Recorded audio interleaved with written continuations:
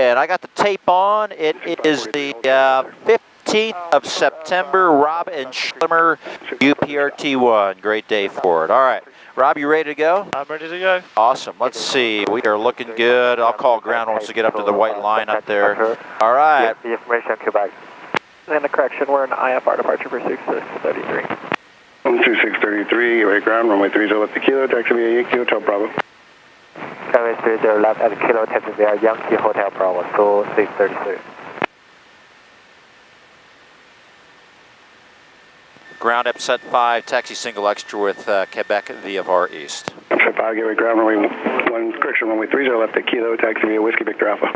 30 left to kilo, Whiskey Victor Alpha, upset 5. We'll beat the Airbus there. Allegiant 1028, hotel for spot 6. Allegiant 1028, gateway ground, Cessna Yankee gives way to you, taxi to parking. All right. Rob, you'll see that I'm going to be S-turning. It's not that I don't know how to taxi. Gateway ground. It's just that we can't see over the nose. So. At north ground, cool. Ready to taxi to Santan departure with information Quebec.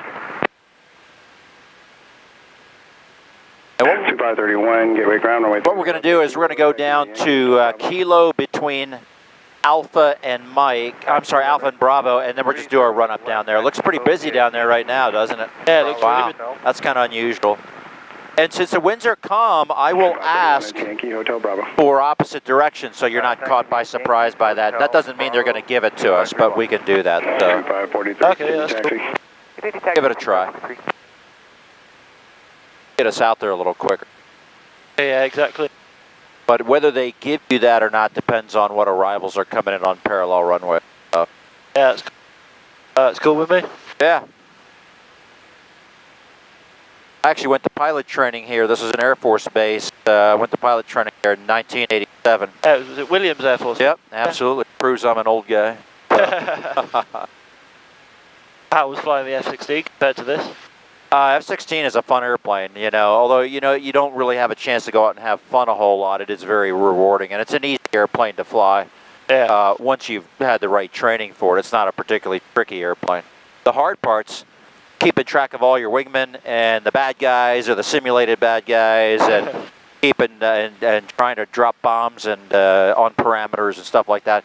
Because as you probably know, weapons these days are a lot more complicated than were even 20 years ago. So many so much electronics and computers. Yeah, absolutely. GPS bombs and GPS bombs, wow. Are pretty darn accurate. Got good coordinates for them. Yeah. Okay, we're gonna run up. Here we go.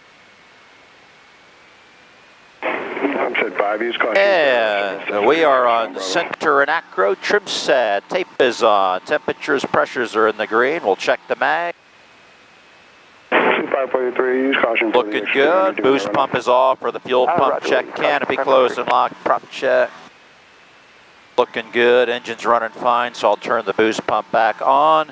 All right, Rob, check your harness. Make sure you're all strapped in. Yep, all strapped. Awesome. Watch your hands in for just a second. I'm going to move my flight controls. Flight controls are free and correct. Okay, so kind of an emergency brief here, standard brief. You'll hear this tomorrow as well. If I lose an engine and I have to abort for any reason on the runway, I'll go throttle idle brakes as required. Now, if I'm airborne, I will, and I have to abort, I'll use any runway remaining or at least land someplace forward of the wing line. Best glide in this airplane is 90 knots.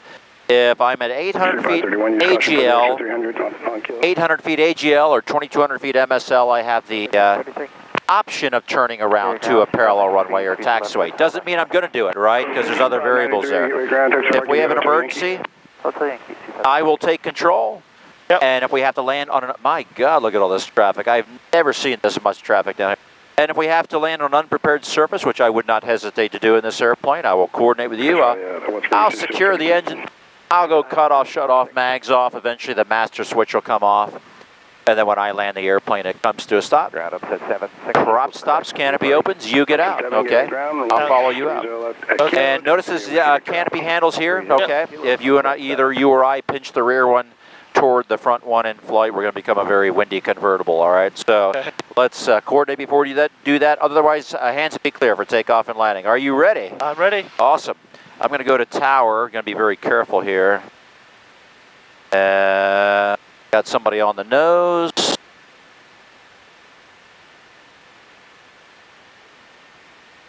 There we go.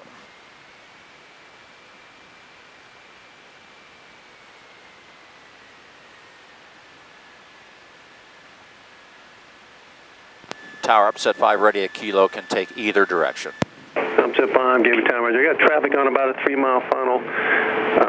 So plan for 30 left, runway 30 left at kilo, line up and wait. Upset 5, line up and wait 30 left at kilo. That's fine with 2602, all right, center NACO, trim, brakes, boost, mixture prop, clear right, clear left. Traffic on final. Traffic upwind. Upset 5, traffic departure in, we'll be turning southbound, fly runway heading, runway 30 left at kilo, clear for takeoff. Copy, traffic upset 5, clear for takeoff, 30 left at kilo, runway heading. All right, you ready? Zulu, ready. Begin the Let's early do left it. turn Here for we go. Santan. You get the early left turn for Santan, 2369 Zulu. Such at 315, traffic departure from downfield, runway 30 left, clear to land. Clear land 30 left, such at 315. Yeehaw. Better than the Archer a little bit. Just a little bit, yeah. Short, 30 left at kilo. Waiting information, Quebec. 4 touch to go and after that, request departure to the east. I got multiple calls at the same time. I did hear Skyhawk. Skyhawk 3424 Lima, verify your number 1 at kilo. Roger, number 1 at kilo. 3424 Lima, Roger, hold short, 30 kilo, traffic and citation on 2-mile funnel. Holding short, 30 left at kilo, 3524 Lima. Alright, Sioux 602, the citation's for the left, just passed behind him now to accommodate departure. Change to runway 30 center. Runway 30 center, clear touch and go, and then on the go, fly straight out. Alright, gonna pass behind the citation for 30 center and off to 30 center, fly straight out to 602. Gateway Tower, name's 5585 Yankee. I'm going to do my after takeoff checks while we're runway heading here. RPM's coming back a little bit. Correction to the east. Sioux 540, begin a right turn for the downwind, make the right turn, now right traffic and contact tower 124.75. Alright, we're making the right turn and contact the tower 124.75, or 0.75, Sioux 540. Upset 5, there's a Cessna 1 o'clock less than a mile, it was slightly lower, making a right crosswind. Upset 5, searching. Upset 5, he's going to be staying at pattern altitude, so leaving 3,100, make a right turn east. Leaving 3,100, right turn east, traffic inside, upset 5. Cool. All right, he's right down there at right 1 o'clock. Yeah, Gateway Tower, name's 5585 Yankee, 14 miles southeast, correct southwest of the field. So we'll just turn kind of in front of him here. We'll watch out for anybody that might be in holding. I don't think there is anybody up there. And once we get a little settled down here, I'll let you fly. Sounds good.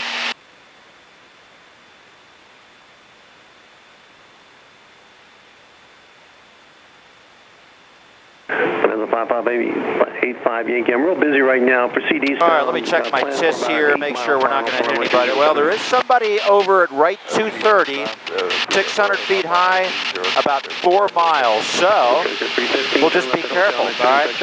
We'll just stay in the class Delta for now. Okay. Upset 7's ready in order. Upset 8's ready in order.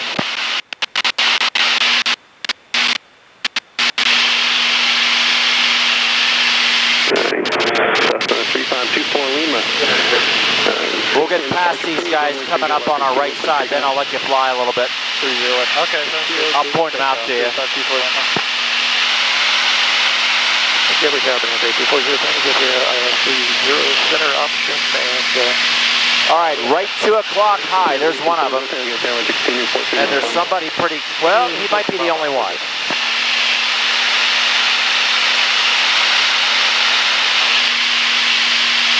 Number 1 at kilo, to your cell phone. Yeah, he's the only one, and once I know he's not going to come up. All right, I think we're good.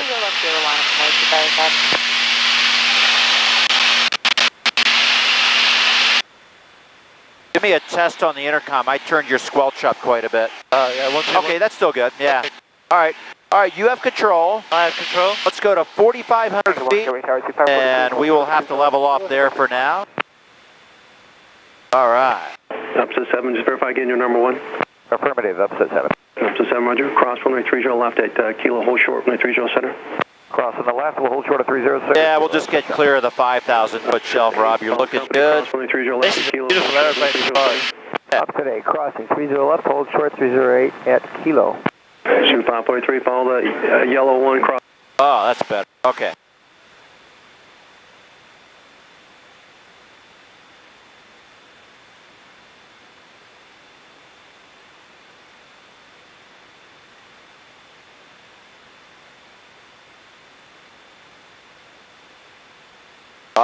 right, you're flying real well. You probably kind of waggle the wings a little bit. You'll notice how sensitive it is on the controls. Oh, wow. Yeah, and that's just because of those spades underneath the ailerons. But, you know, I just fly with a light grip on the stick, Rob. I put my right forearm on my right leg and I just fly with my fingertips. Yeah, sorry, that's my light grip. feet on the rudder pedals there, but you're doing good. We just got a little ways to drive before we're clear of the 5,000-foot shelf. The Rittenhouse is right to the right of the nose here on the ground. Oh, yeah. Literally, yeah. So, in fact, if you want, you could turn right a little bit. We'll get clear of the Bravo just a little quicker. I'm trying to keep this mic away from my mouth because JD told me he's coming down with a cold. And I didn't have time to wipe it down. I think I'm all right. Okay. I'll just take some more vitamin C tonight or something. You are looking good. Another 30 seconds, we'll be able to climb.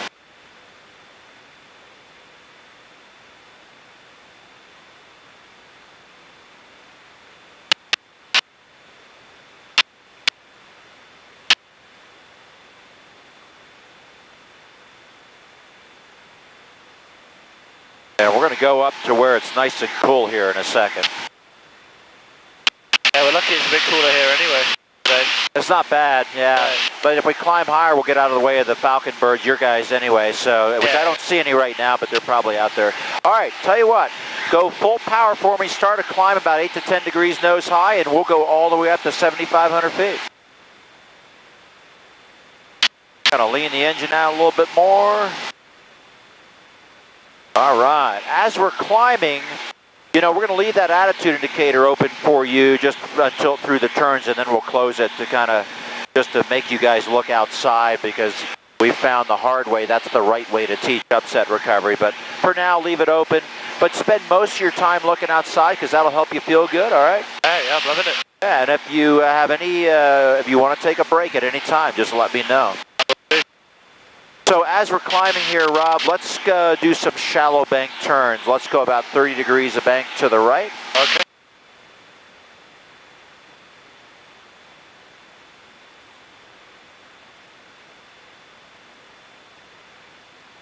Awesome. Climb about 110 knots. Really kind of jack that nose, maybe 10, 12 degrees nose high. Since it's cooler out here, we'll get up there a little faster. I'll give you some up trim. All right, looking good. Now let's reverse back to the left. We'll do a couple clearing turns here. So far, so good.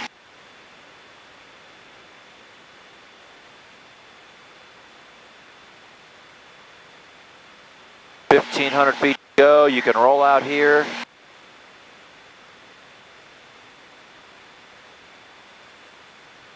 All the traffic that I see so far is well below us, so that's good. And then what we're going to do is once we level off at 75, we'll pretty much hold about 120 to 130 knots, and then we'll do some steep bank, medium and steep bank turns, and then we'll move on to some other stuff. Sounds good.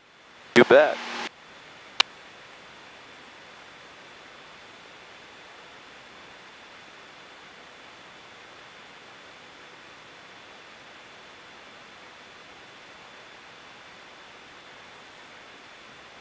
There's that temperature break. It's really nice up here. Yeah, it's really good. Yeah, so cool. Don't ever hesitate to put those air vents right on your face. The reason the hosts tell you to point it at your neck is because it breaks the squelch of your mic. I don't mind. If you're getting warm or something because you're working hard, just point it right at your face. It doesn't matter to me. Yeah, I'm good at the moment. All right, cool. All right, 200 feet to go. Looking good. Tell you what, I'll take control. I'll do a couple more clearing turns. Okay. I have control. You have control? And let's see. Got some traffic below us, probably 3,000 feet now. Not a factor.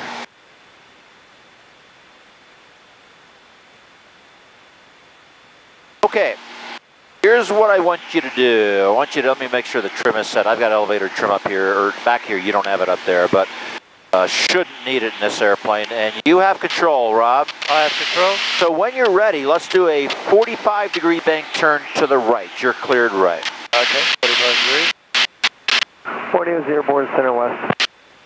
Schlimmer south. Otter's going to center east.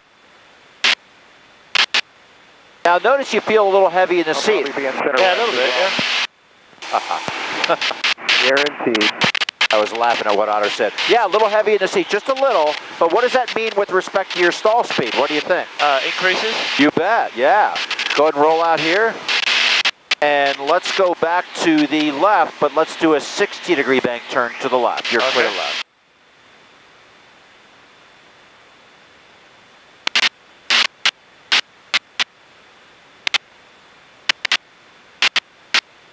Pull a little bit harder to keep that nose up. Now you can really feel it, right? Oh, yeah. Yeah. 2 Gs, we weigh twice as much as we do at 1 G, and that's going to really increase your stall speed, basically by 40%. Awesome. All right, roll out here. Excellent. All right. Yeah, so when you're turning and you're flying the big airplanes, just be careful, okay? Yeah. Not that you would ever normally do a 45-degree bank turn, but you may have to sometime. And just know what that does to your stall speed. All right, I have control. You have control. Rob, what I'm going to do now is the attitude indicator demo. Before we cover up the attitude indicator, I'm going to show you that what you already know. Squelch up. This intercom's starting to act up. I can't turn the squelch up enough, so we'll just slow down a little bit. I'm going to pull the nose up, and you're going to see that what you see on the horizon is going to correspond with the attitude indicator. All right, so notice even in 90 degrees of bank that the horizon and attitude reference agree, right? Yeah, they and do, you know that. Yeah, I mean, it's just something you don't think about all the time. But now what I want you to do now is use that door, cover up the attitude indicator, and for the remainder of the next 3 rides, we're basically going to do everything with respect to outside references. Okay. Because that's the priority, and it's a lot easier to transition to the instruments if you ever need it. Okay. But if we never teach the guys to look outside, then you'll never know you have those references to you, for you. So what we're going to do next is just a adverse yaw demo. Some people call this the Dutch roll demo. You've probably heard that. It's not really aerodynamic Dutch roll. It's just really adverse yaw from the ailerons. But another point of this exercise, Rob, is to show you that when we're maneuvering and we're in a dynamic phase of flight, that the ball basically may lag your rolls, okay? And even the slip skid indicator, if you have one, on almost any other airplane. So my point is, we don't want to start chasing the ball when we're in a stall recovery, you know, or an upset recovery, because that could lead to over control. Yep. All right. So I'm going to pull the power back. I'm just going to lower the nose a little bit. I'm going to keep my feet firmly welded on the rudder pedals. I'm going to roll left, back to right. Now notice the nose kind of swing out of phase, right? Yeah. And you notice that in our seat of the pants field too. It's kind of awkward. We feel ourselves moving around in the seat. Look at the ball. It's really lagging my roll, isn't it? Yeah, really bad. Yeah. So if we were to chase that with the rudder pedals, we could get ourselves into trouble. All right, you have control. I have control. You can try that real quick. Yeah, no rudder, but good. And there's that side to side, and that is just because of the increased drag of the downward deflected aileron. All right, I have control. You have control. Now, nice thing is you're going to move on to fly airplanes with yaw dampers. However, we're teaching a push and roll, so even if you didn't have that, if you push before you roll, there's less adverse yaw. Okay. All right. Here's what I want you to do next. We're going to do some slow flight. We'll turn away from the sun. And we'll just do a little slow flight, or you will. And point us back up to the north a little bit. Okay. Give you a stop trim. You have control. You can pull the power back most of the way. I want you to slow down to 70 knots, okay? And you can almost immediately now, as we're slowing, hold your altitude and now start increasing power. Just bring the nose up. Look outside the side of the airplane. And I want you to increase the power. Don't worry about holding your altitude. I see you, Borneo. And and right there is good. I'm just listening to Otter again. You guys are hamming it up over there. Okay, now bring the nose up a little more, and your rudder's good. Maybe a little more right rudder. Now go to 70 knots. Would you agree we're pretty slow right now, aren't we? Yeah, really. Yeah. Now the stall speed, as you remember from the brief, is 60 knots at 1 G anyway. And we're pretty close to it, aren't we? Yeah, we are. But right now, we're not stalled, are we? Yeah, we're still dynamically stable. We're controllable. Now, if you were to pull back anymore, or you were to reduce the power right away, you'd be right in the stall. You want to do it, don't you? Oh, sorry. That's all right. I don't care. I'll do whatever you guys want to do. Now, okay, I have control. You have control. But that showed you, right? I mean, you get into the stall there. Now, what do you think when you go on to fly jets? Is it going to be as obvious that nose high attitude? What do you think? No. Not at all. No, you may only be 7 degrees nose high or so. So, okay, good. All right, and that's just kind of a warm-up to the power off and power on stalls. Now, we're going to move on to power off and power on stalls, okay? And this is they're just coordinated stalls. This will be a great venue for you to practice the all-attitude upset recovery strategy, okay? Okay. And so, of course, we want to kind of fam you guys with stalls. You do stalls in the Archer, right? Yeah. Pretty much, yeah. So, before I talk about the all-attitude upset recovery strategy, let's talk about stalls first. Now, generally, Rob, a stall is indicated by any one or more of the following. You're going to have buffet, or you're going to move on to fly airplanes where you have the artificial buffet, right? Yep. And you're going to have lack of pitch authority. That certainly doesn't mean the nose will drop like it does in an Archer. In fact, you're going to see in this airplane even, hey, the nose doesn't really drop a whole lot, okay? It just stops responding to your input. Okay. And you're going to have lateral instability. Not bad at times, but it could be bad if you hold yourself in the stall. And for as long as you're in the stall, you will have an inability to arrest the descent rate. Now, a lot of times the stall, ooh, man, that's a big hay fire down there. Yeah. We get a lot of hay fires around here. Hay gets hot when it's, you know, it's like oily rags in a trash bin, unfortunately, and they just let it burn out. Hope it's a hay fire, not a house fire. Okay, but anyway, and for we normally get a stall warning horn, in at least in an Archer or Seminole you would. Now, we have a stall warning horn in this airplane. However, it's not active. I have the circuit breaker pulled. There's nothing wrong with the airplane. I just don't want us recovering at the stall warning horn, okay? Okay. Now, in this airplane, you're typically going to get buffet, followed rather quickly by lack of pitch authority. Now, when that happens, I will perform the all-attitude upset recovery strategy on this next demo. Now, remember, it's push, roll, power, stabilize, right? Yep. We're going to not be in a hurry. I don't want you to be in a hurry. We're just going to go nice pace, practice it, try to get the steps in the right order and not miss any. Try to say it, then do it. Obviously, doing it's more important, but hey, if you say it, it paces you, Rob, and it lets you hear if you say it and do it. So I'm going to say push, and then I'm going to push. Now, follow along with me. Here's what light in the seat feels like. Feel that right there? Yep.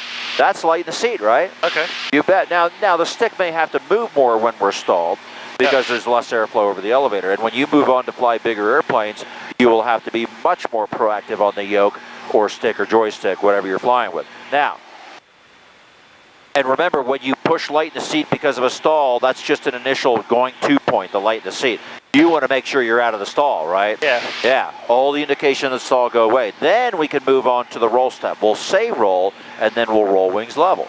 We don't want to roll early, right? Yeah. You know, because, yeah, you don't want to introduce ailerons early. That could aggravate the stall.